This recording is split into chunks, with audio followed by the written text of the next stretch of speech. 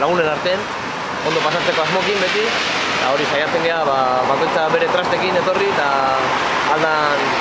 aldan ikasi, o erakutsi ondokoi, elektriko die, ez dute soinuik ateratzen, ez motorren soinuik, bakarrik die soinu artifizialak, bozinak eta argik eta detalle askokin. Hori barrutik muñekon bat, volantea eta dena ikusi dela. Alik eta benetazko bezala izan dela, eta semeje lo más posible a la realidad.